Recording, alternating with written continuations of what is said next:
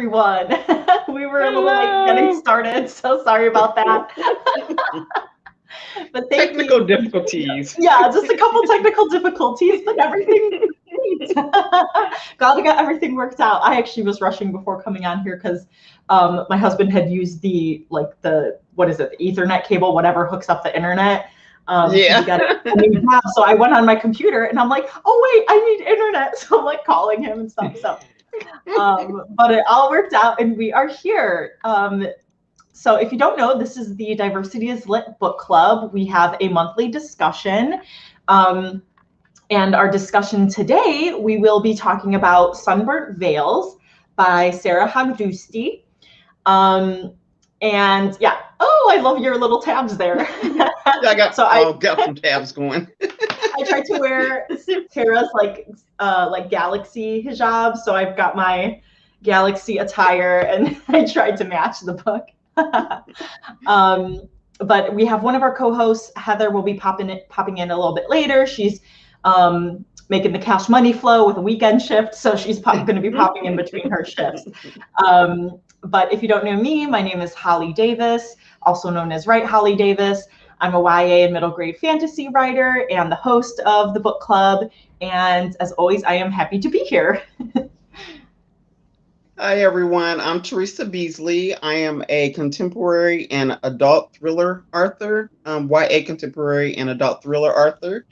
And I'm happy to be here, too. Yay! And everyone is linked down below, all of my lovely co-hosts, so please follow them. And one of our other co-hosts is in the comments. So thank you, Vanessa, for popping in. No worries, and hopefully you will be able to read the book. I know it was a little bit tougher to get this book, which I did not anticipate, so I really apologized, and I had thought about changing it to a different book, but because I had announced it and I just didn't want to change it. So I apologize for the inaccessibility of this book. I did not realize that it was from a small press in Australia. So we just rolled with it. So I appreciate those who are here. Sharon is here. Hello. Welcome. Really good to see you.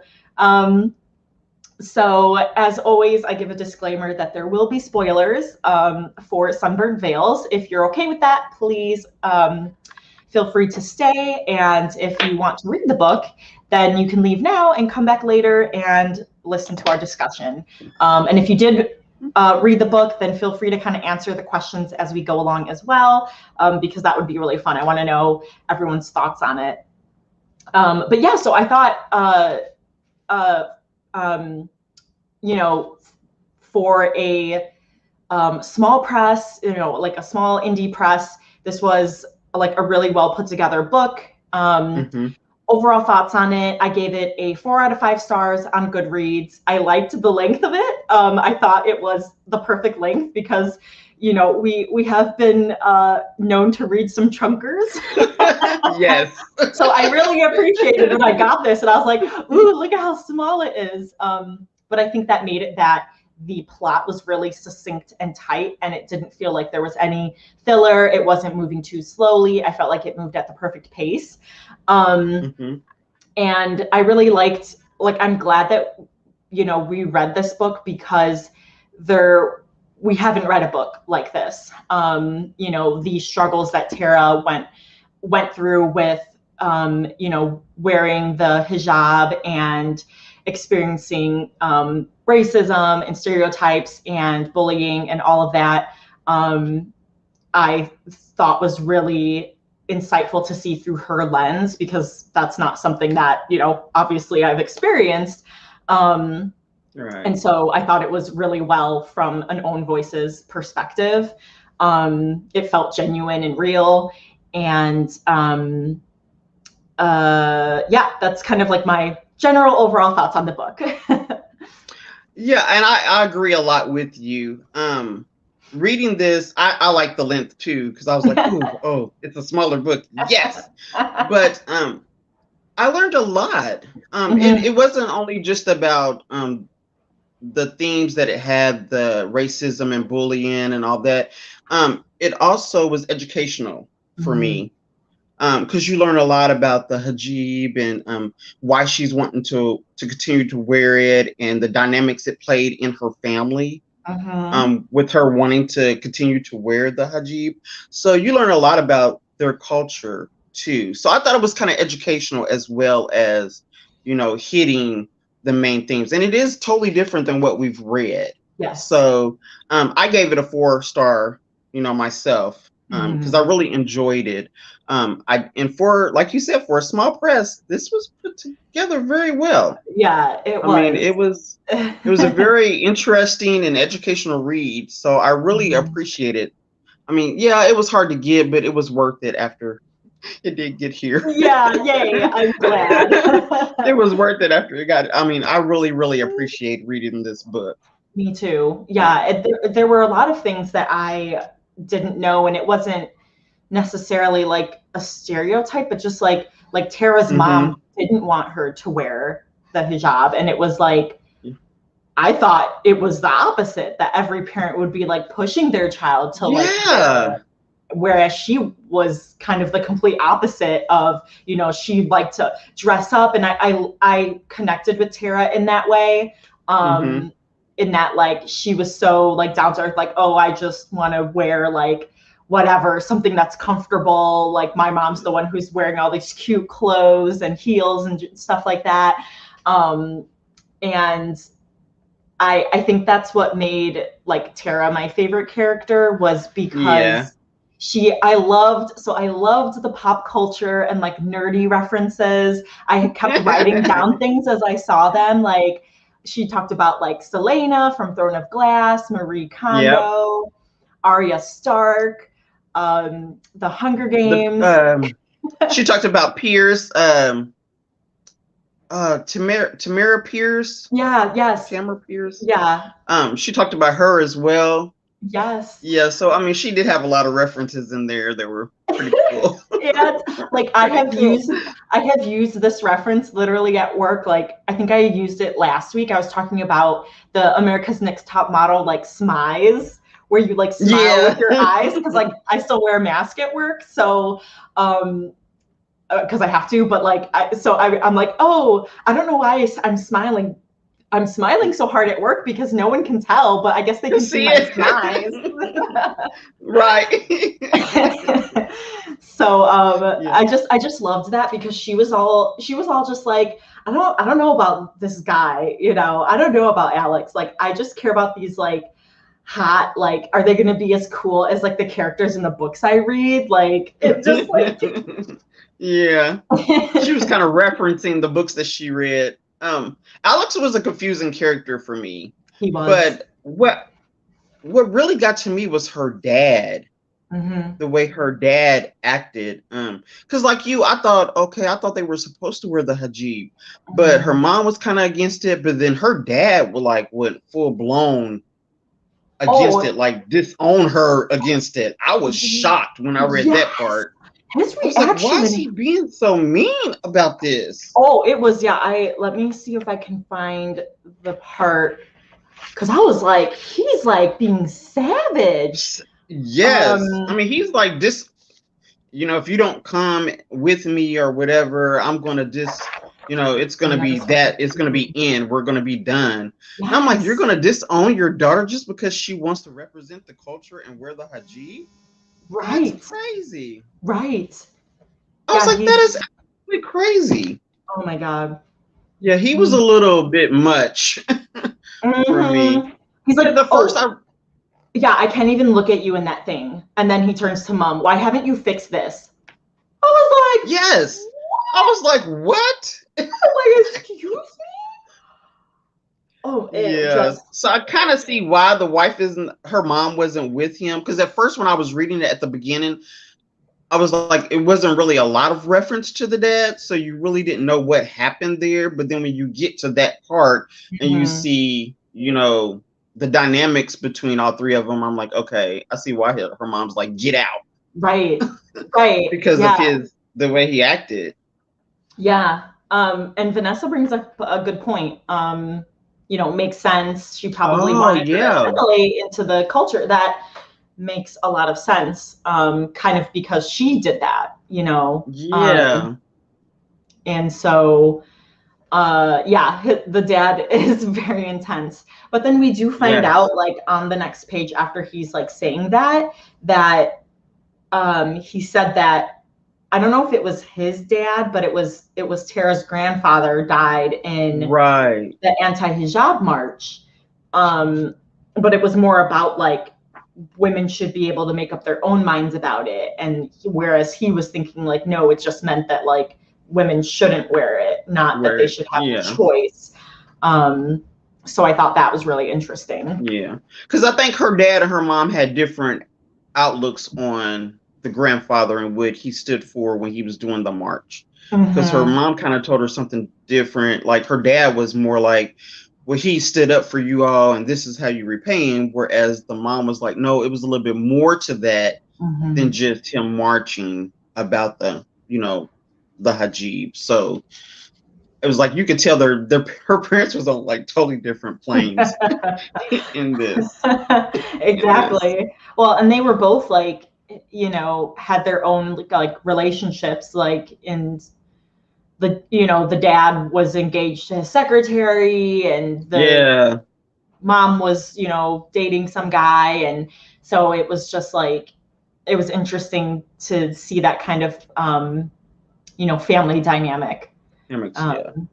So like they were there, but they weren't at the same time. Yeah. So like their uni is kind of like, is that kind of like considered our like university, our college? Which I took it as she was like on a college campus. Yeah. And then she was like wanting to get into med school. So it was to med school. Yeah. And so that was something that was interesting. And I learned a lot from that. Is like, this wasn't just like about, you know, Islamic culture and, you know, Arabic culture, but it was also about like Australian culture. Right. There were so many things, like the way she said stuff, I was like, what is that? And I had to like look it up. And I'm like, oh, this is like Aussie slang. Like she but said, I did like though, you know, like in the book though, they had like when they would say something in a different language, she like had it in parentheses so you knew exactly what they were saying, which made it easier to understand and read as you're going, because she has like the translation like right there for you. Yes. So I really appreciated that they did that in the book too. Me too. Yeah, because otherwise I'd be like, I have no idea what's going on. But her having that in there, it made it more authentic, because then it was like, oh, when the mom's angry or the dad comes into town and they're fighting, it's like, well, yeah, they're gonna like switch, you know. Switch language. Switch languages. So you know, that was cool. So having that decipher there made it easier to understand and read. Right. Yeah. And so that was one of the things with like the Aussie vocab, when they were talking about calling 000, so like 000 instead of 911. I was like, oh yeah. Like, you know, it's like here we're like, oh yeah, call 911, and it's like, that's not the number for an emergency in other countries. So it was kind of it's eye-opening, and when you're reading it, there's a lot of references in there that makes it very eye-opening, and you realize that okay, things are different than like where we're from. They say things different, or things have different meanings in other, you know, places and other countries and stuff. So it was very interesting. Interesting. So who was your favorite character then? Who would you say? Tara was my favorite, because even though she went through a lot of stuff in this book, it was like she kind of found her voice and felt comfortable standing up. I mean, because at first she was kind of shy to me and she was just going to just let things go. But as the book progressed, she started like getting her confidence, especially when they were like, no, you need to run for student union. I think that made a change for her. and seeing her change and then evolve, you could tell that's where the coming of age part came in for me while reading it. And she's kind of got her voice, and by the end of the book, she's like standing her ground saying, hey, this is not okay. Yeah. What's happening on this campus. And she kind of like stood up for not only her, but the other people that were being bullied, and especially for her friend Mitra, I think it was. So yeah, Tara was my favorite, but I did like Mitra because Mitra was one of those down for you chicks. She was like, I got your back. She's a ride or die. Yes, ride or die. She was like that ride or die girl. She, especially when that first when I first started the book, I was so frustrated because when they first got to the uni, and she was taking that course and she left her bag in the class to go give Mitra her wallet, and then the girl says there was like this threat and they thought it was her. She was like this bomb threat. I was like, really? You're judging people by, seriously? Yep. I was so frustrated with that because the way they treated her too.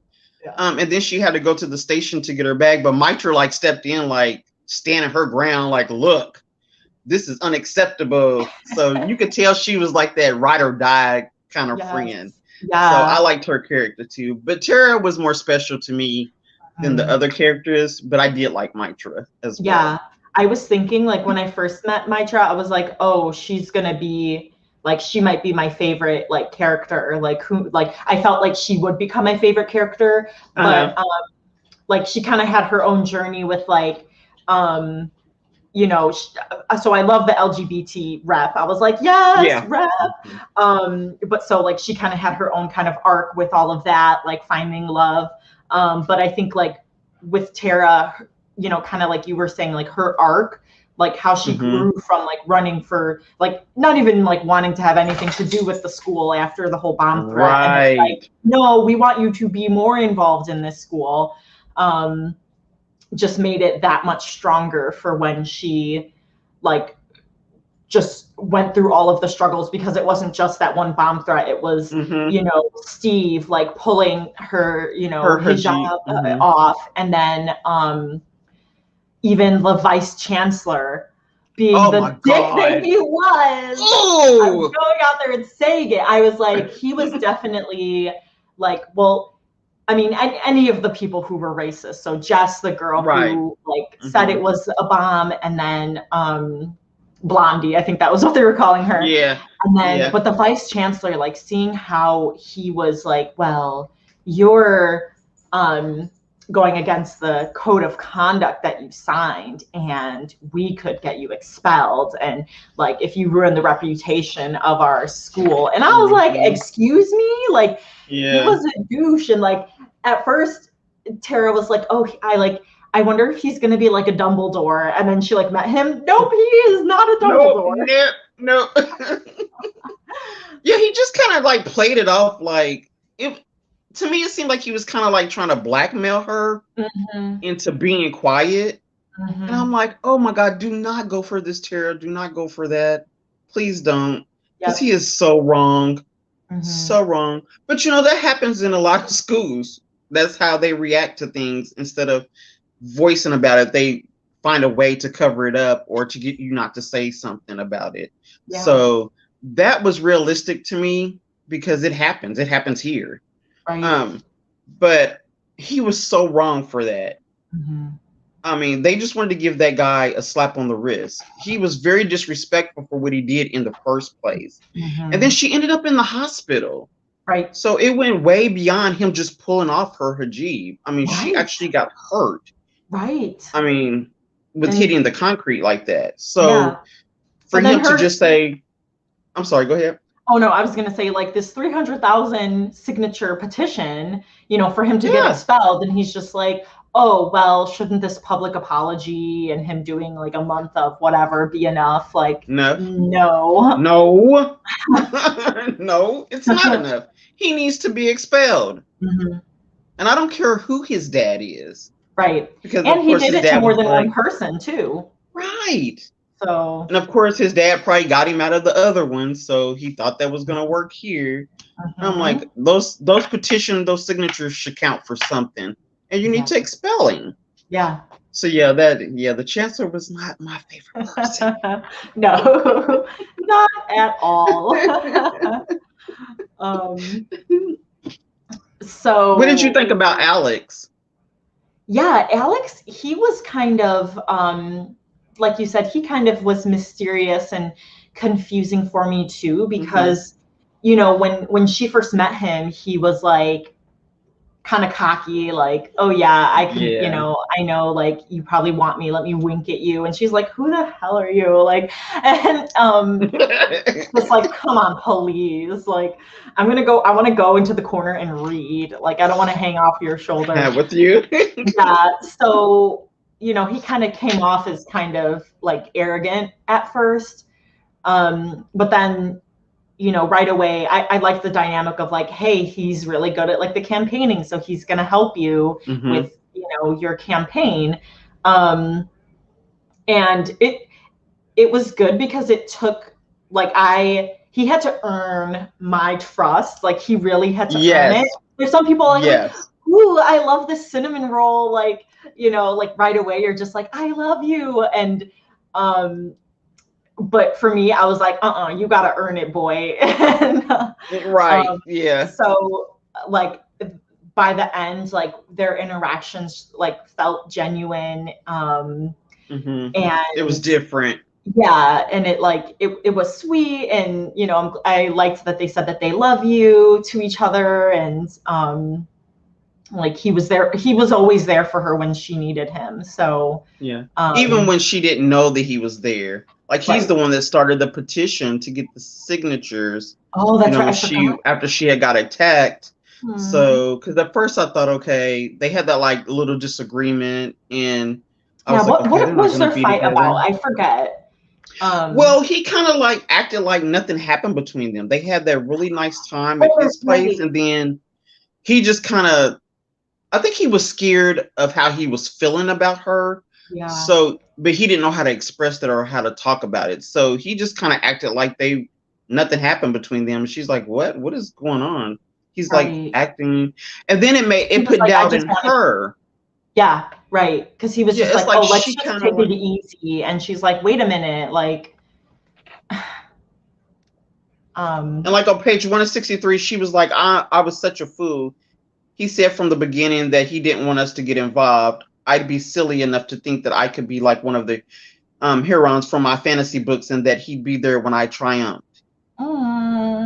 So it was like she started downing herself, like, well, maybe I'm not good enough to be with him, and that's why he's acting like this. Right. But you do learn later on that he didn't know how to be with her because his feelings for her was totally different than the other girls he had been talking to at the campus. So you kind of get that later on, and then I kind of start liking him when they said that, you know, he was the one that started the petition for the signatures to get Steve out of the school. So it was like he had her back, even though she didn't know he had her back. So he didn't really care about it. He proved himself. He proved it. It wasn't just all talk. He like had action. Yeah. He had action to back it up. Yeah. You know. And I mean, he really did help her with the campaign because I think she got like second place. I mean, I don't think she won, but no, I think she got second. Second place, but she was still considered part of the board, right? Because it was like the top however many people, so she was still like on the union. She just wasn't like the number president one, person. Right? Yeah. So I don't know exactly what her like status was. Status would be but I mean, he even helped her with that, so. Yeah, I was like, okay, he kind of redeemed himself because I didn't like him at first because I was like, okay, you're being confusing. Oh, Heather says she's backstage. You're not popping up for me, Hev.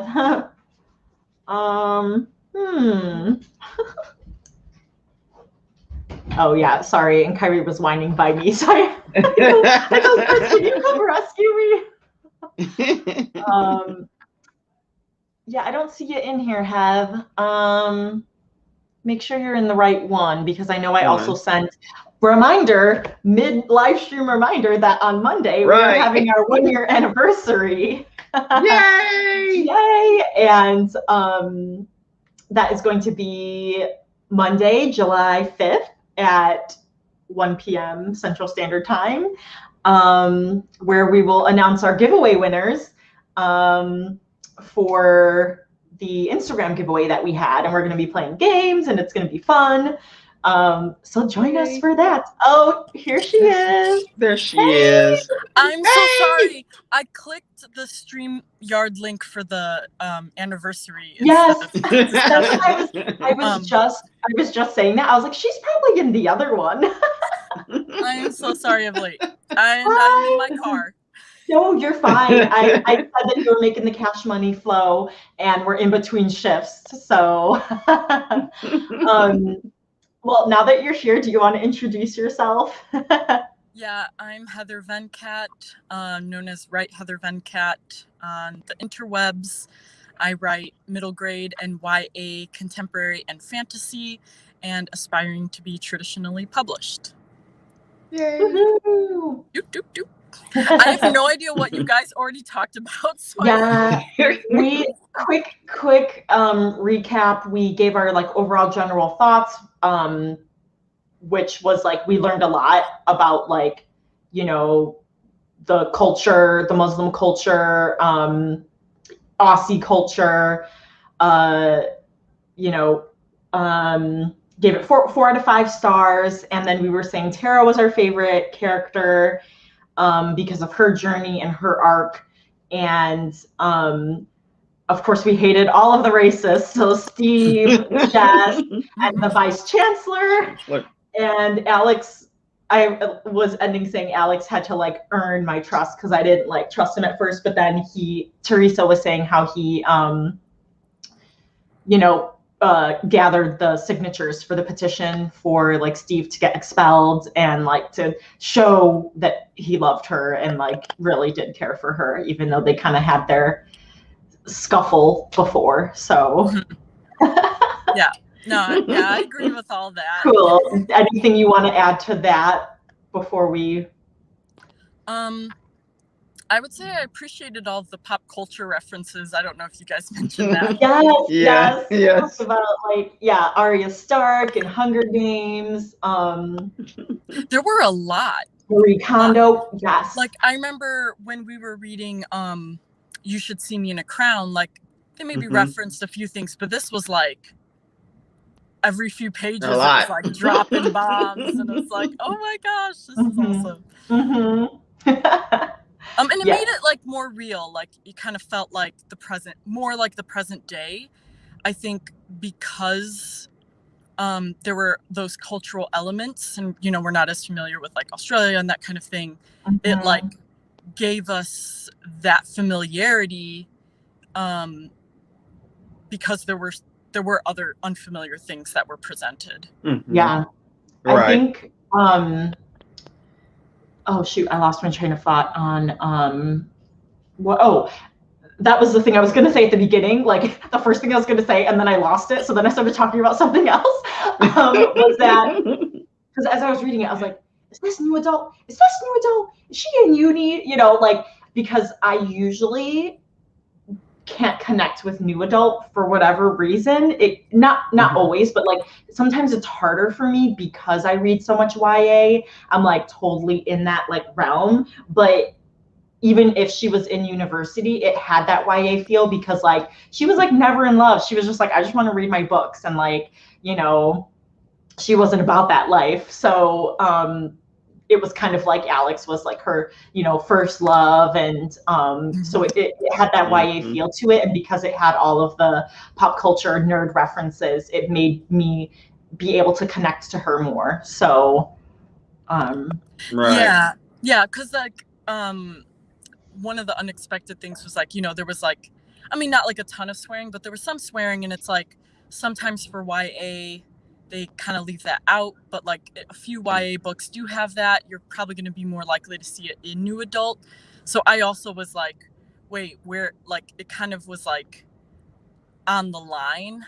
I felt like, but yeah, I think like with the romance, it swayed a little bit more YA.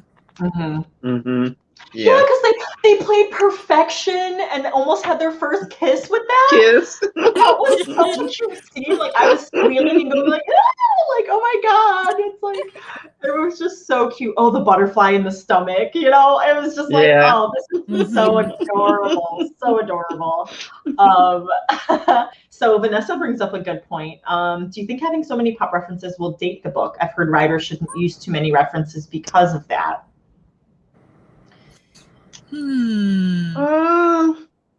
That's a good point. I have heard that.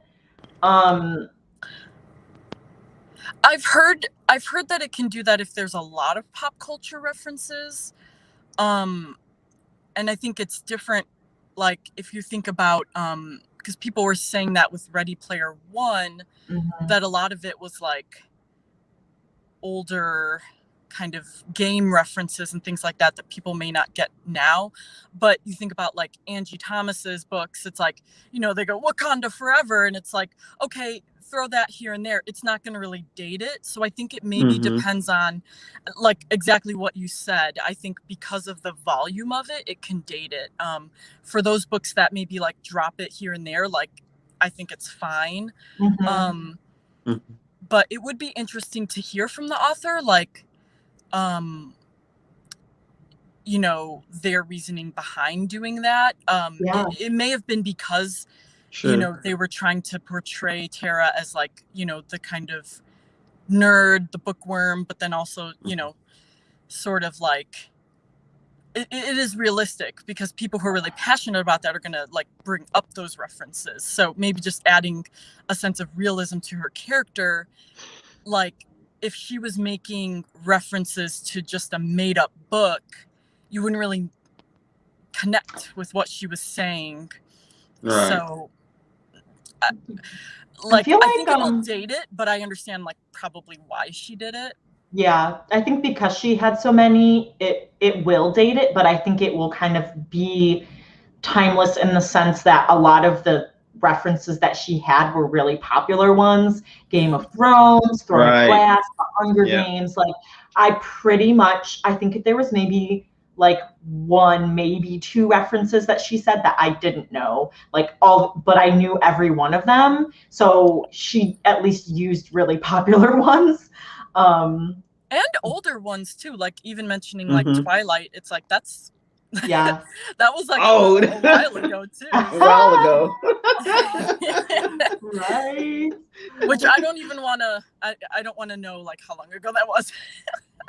Oh my goodness. Hey, they're all gonna be on Netflix soon if you want to do a throwback.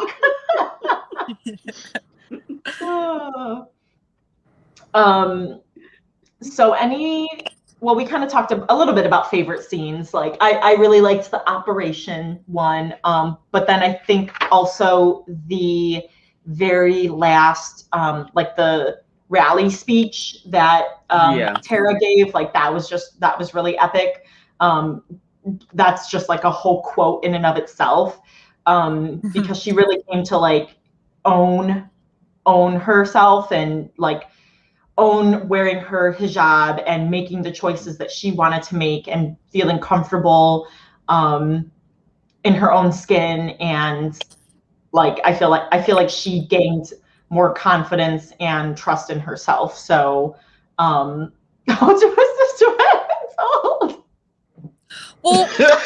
mean, not old, but like wasn't it like 10 years ago? I mean, yeah, probably so. First Twilight book came out in, hold on, I'm searching.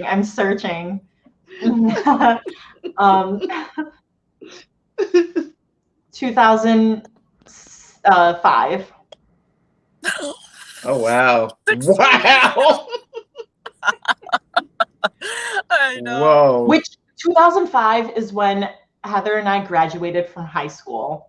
And we've been working, I've been working for 9 years after grad school. So think about it, came out when we were seniors in high school, at least. Wow. So that's been a long time. That's a long time. I really cannot relate to high schoolers, so I feel.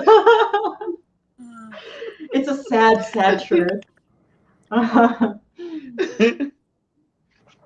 Yeah, I also liked kind of the strike, like at the end where she was just like, oh wow, there's there's a lot more people than I thought were gonna be here, and there was that success, and she was feeling that support, and like some of the quotes that I picked had actually kind of tied into her like talking about like being herself and that kind of stuff, which I felt like there were a lot of good ones. The prose wasn't always super like flowery. Like a lot of it was like pretty straightforward, I had noticed. But I was still, right. But like a lot of like what she was saying, like I pulled that from it. Like so. Right. Yeah, we said at the beginning we appreciated the length because it like everything that was in there, like it wasn't filler. Everything that was in there was important. The pace was great, and it was a nice quick read for that reason. Makes sense. Read them my freshman year of college, 2008. Got it. We're old now. Didn't you know that?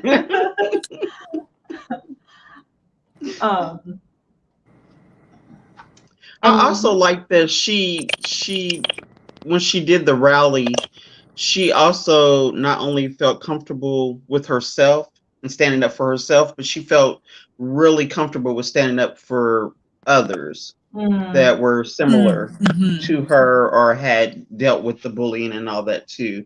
So she kind of, because at first I didn't understand at first when they first did like the debate part when they were going into the campaigning for student union.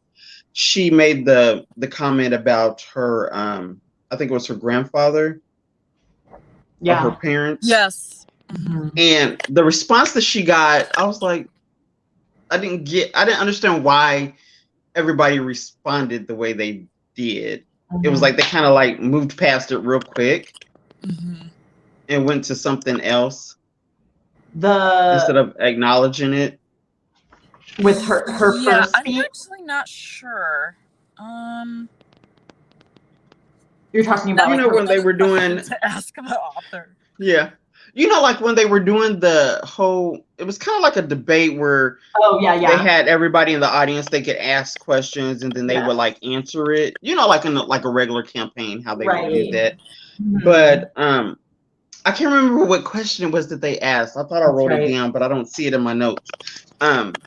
They asked a specific question and they all got to answer, but then hers was a little bit more emotional and in-depth because she was talking about how, the reaction of her grandfather and what it meant to her. And they just kind of glossed over it. It was like they wasn't hearing her at that point in the debate. But I'm trying to remember what the question was. I don't remember, but I don't know why they just sort of like glossed over it. It was like they just went past it and was like, oh well, and they started on something else. But I'm trying to remember what the question was. Now it's gonna drive me crazy that I can't remember what the question was. Oh yeah. I know. I don't know. Oh, that's gonna drive me nuts. Then watch, we'll be done with the discussion. I'll figure it out. Like, I'll be in the comments. Remember this? Yes. Oh man, what was that question? But I guess her answer I think was a little bit unexpected, which may be why they kind of like brushed over it. Because some of the answers that other people were giving, especially like Jess. Yeah. Oh my God, that's gonna drive me nuts. Put it in the comments of the. So I'll put in the comments the question that I'm thinking of. If I find it back here. Yeah. And I was gonna put a tab on that page, and I didn't put the tab on there. So it's like, oh my God! And I looked at my notes, and I don't think. Yeah, I don't have it there. That's okay. Yeah, but that's okay. I'll figure it out. I also It wasn't when liked, she went off script, was it? When she like Yeah, she kind of went that off was script it? on it, Yeah. and they were like Sam and them were saying that she did a good job. She kind of went off script of what they had planned, but Mitra was like, that was some deep stuff. Yeah, because I have a thing here. Tara went off script for her candidate speeches / the debate. Yeah. But I can't remember the question. But I can't remember the question. I'm trying to remember what chapter that was in. It was at chapter 17. It's somewhere in there. Somewhere in 17. Oh, I'm trying to find. I literally just remembered. I had forgotten to write this down. But it was when the people wrote the like racist things on the ground and then they changed them to say like something else. Oh yeah. Where it was I gotta find it. I like totally didn't have that. I remember that, but I don't think I marked it. Yeah. I didn't have. I don't have anything about that in my notes, but I do remember that. Yeah, that I liked that. But let me just, while I'm looking for this, let me mention one of the quotes that I liked. Where is it? Oh, so this was the one where when Tara and Alex were almost gonna kiss, but then Mitra wanted Tara to go with her to the LGBT Arab party. She didn't want to go, or the queer Arab party. She didn't want to go alone. And I just like the line. Actually, it's a whole paragraph on page 136. They were all dancing around drag queens and stuff like that. It felt like we'd found a portal into a magical world where you could be whoever you wanted to be. Fear meandered below the surface, lurking in little glances and the pauses between the music and the empty glasses. There were so many people who would object to everything this party stood for, who would lash out or try to wipe out what was here. I closed my eyes, marinating in the music. Yes, this world was fragile, and there was no part of me that believed God punished people for love. I thought about all the people who believed that events like this meant the end of civilization, that people like us just wanted to burn it all down. You know what? Maybe we would burn down their world. Maybe it was about damn time. And I was like, whoa. Yeah. I was just like, yes. Yeah, that was one of the ones I had marked too. Yes. And I figured out the question. Oh, it was on page 159 when that last question they asked was who do you look up to as role models when it comes to leadership? They all gave some like simple answer. I think Jess said like Hillary Clinton. Lee said Josh Weldon. But that's when she was like, okay, this may be a bad ideal, but it's too late for me to stop now. And she was talking about her grandfather and her grandparents. My grandparents, I took a breath. This was a bad ideal, but it was too late to stop now. They were revolutionaries in Iran. It was suddenly so quiet. I wanted to take it back, to go with Victor Chang instead of sharing something so precious with a group of strangers. There's a photo of them at a rally they painted. I think it's Azadi, freedom, on a sign. I lost my voice for a second. Push back tears. I took a breath. They just wanted to have a say. I could barely see. My eyes ringed. My grandfather didn't come home after that protest. The tears spilled. I sniffled. Things obviously didn't turn out how they wanted, but they taught me that you have to show up and stand up for what's important, even if you're not sure how it'll turn out. Wow. So that was her statement, which I was like, oh my God. I love that. So I love strong. that. That's the leadership role models that she thought of. Yes. And then it was like, they just kind of ignored it and said, and then Luke says, well, is there any other final words from candidates? Like, they didn't even address her saying that, but they addressed the other candidates when they said the people that they had. I'm like, that was a very moving thing to say, people. Burps. Acknowledge it. I know. Well, she left them speechless. She like dropped the mic. Yes, she did. I was like, and that's what I was thinking when I read it. I was like, okay, that is a drop the mic. Yes, yes, it was a drop the mic statement. Yes. I'm still trying to find this one. I'm so sad that I can't find. Oh, this was it. When it said they had wrote on the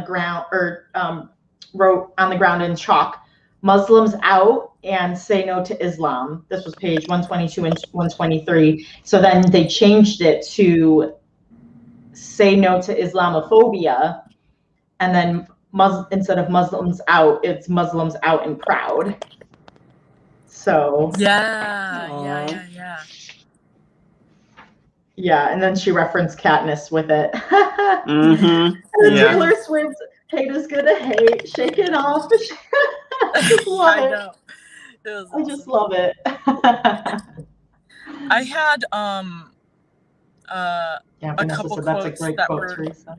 kind of related to like I was saying before about her, where she says like the idea that there's a God out there or something in the universe that we don't really understand, that's infinite but still cares, that will always care. I don't know. I wanted to hold on to that feeling, so I started wearing hijab to shut out the noise so that I could just be me.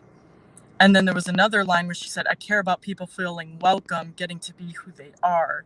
So I feel like, you know, that really tied into the theme of like kind of identity, accepting yourself and others as well, like throughout the whole book. So I like those. They kind of stood out for me. And then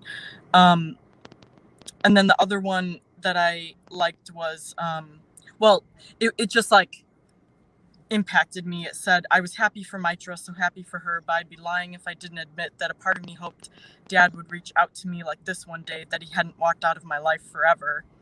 Because, you know, she kind of talks about the struggles of like, I mean, her mom's like supportive of her, but then she like doesn't want her to wear the hijab. But, you know, and then at first I was like, oh, well, you know, where's her dad? And then, you know, I did like the scene where Mitra kind of like reconcile, like kind of comes back with her dad, like in the hospital, and yeah, he's like, I love you, I don't care, you know, or she said, you know, you can love who you, I don't care who you hook up with, I love you. Yeah. But then in the end, she ended up staying with Tara and her mom, right? Her like mom. They were gonna move, but then they were like, we're just gonna revamp the room. You can stay here. Yeah, right. I thought that was really sweet. So,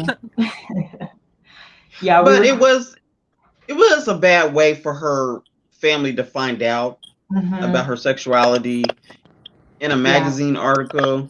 Yeah, I mean, that's kind of.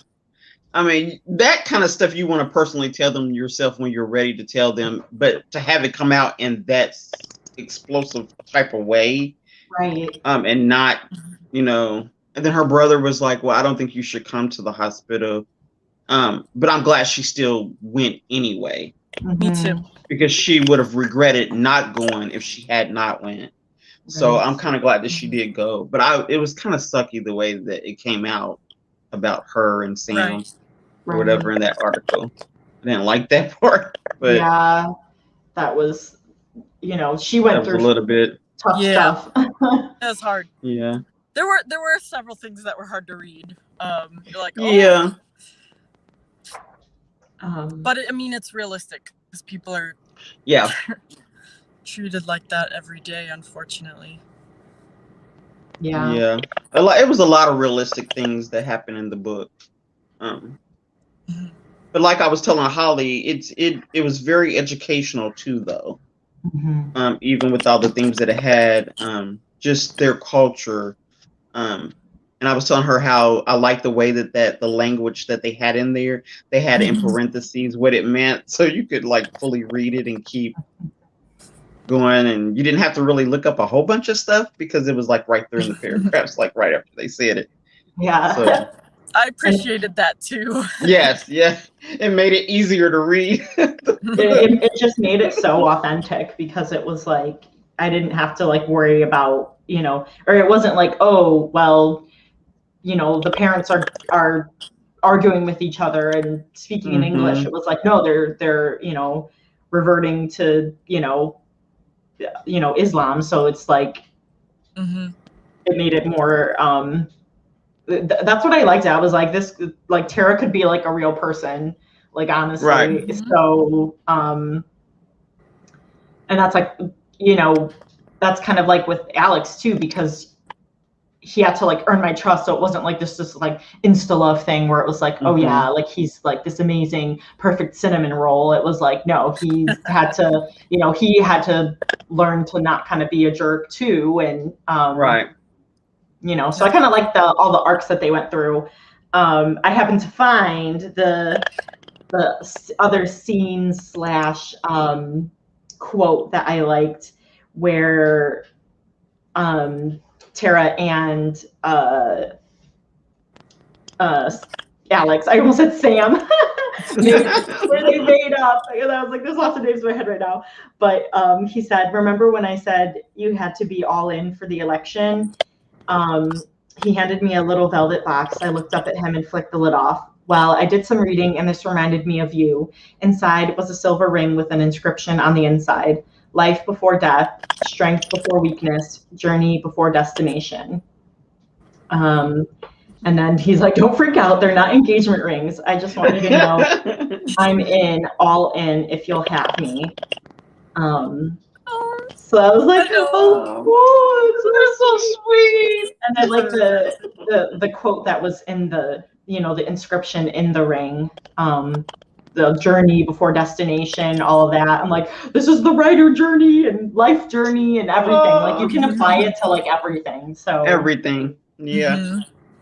Felt special. I know. I want those rings. I know. Right. That was such a sweet moment. Yes. So overall, we had a very enjoyable time. Oh, you didn't hear at the beginning too, Heather, where I was apologizing for not realizing the lack of access for the book. But as Teresa said, she was glad, when she was able to read it, she was glad that it was the book that we picked. Because at first I was like, should we change it? But any last thoughts or things you want to talk about for Sunburnt Veils? Well, I hope that the author, I'm assuming that this was her debut book. I'm assuming. I hope she writes more books, and maybe eventually have them available in the US. Because I do like her writing. I really enjoyed the book. I learned a lot reading the book, and we'd like to read more of her work. But hopefully it can be over here in the US. But if not, I would still buy it. So because I really did enjoy it. And Sarah, you did a great job. Yay! I agree. You're on our radar now. You're on my radar. And so the book that we started for July is. I brought it. Oh, nice. Wait, I got my copy too. Oh, it's on my shelf. Oh, the other There we go. Yes. Vanessa had to correct me. Our second adult book that we have read. Yes. Because I forgot. I was like, oh, Mexican Gothic. I was so drawn into it that I was like, oh, yeah, that was adult. Yeah, it was adult. I just was so. I've heard great things about this, though. Yeah. I've heard some really good things about it. I didn't get I think started. it's going to be a really good discussion. But I'm really looking forward to it.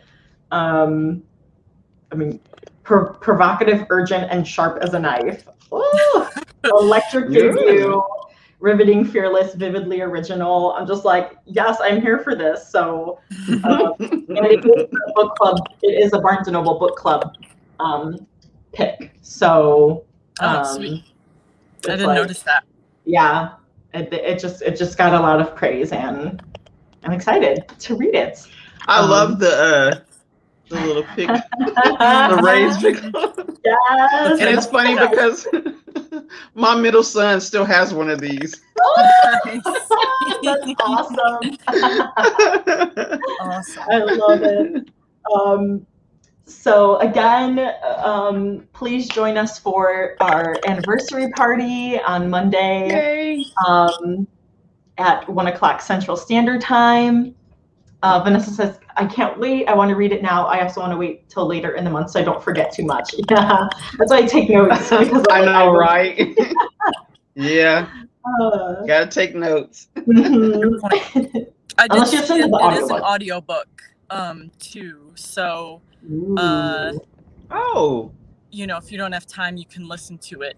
Because that was one thing that I was looking for, Sunburnt Veils. I was like, oh, it's an audiobook. And I was like, oh, no. Because, you know, smaller presses, they're less likely to do have that. Because then, you know, you start reading it right away since it's, you know, the company's in Australia. But the other Black Girl does have an audiobook version. So, but I actually bought the physical book because I was like, I really wanted to read this one, not listen to. I've listened to maybe a few of the books that we've read for Diversity is Lit, but this one I was like, I feel like I want to read it.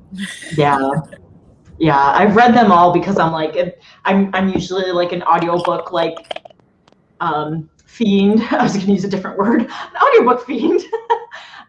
So I'm like, these are my chances to actually read those physical copies, which like is refreshing. And so, and be on the lookout for our poll in the Goodreads group for August. And I'm very scared because we have many wonderful suggestions, and I've literally been backing off. I'm like, okay, I'm not going to vote for something right away because I just have no idea what I'll pick, and like I don't want to like sway anyone. Teresa, where'd you go? Well, we're wrapping up, but yeah, so be on the lookout because there's going to be some. It's going to be hard to find. It's going to be hard to pick because there's just too many good books by BIPOC authors. So. Yeah, Vanessa usually does audio and physical at the same time. I love that. I should try to do that sometime. Cool, I like that. Yeah, that's a really good idea. All right, well, thank you so much for joining us for our discussion about Sunburnt Veils by Sara Haghdoosti. And we will see you on Monday, and if not, we will see you on the interwebs. So thank you for joining us, and we will see you next time. Bye. Bye.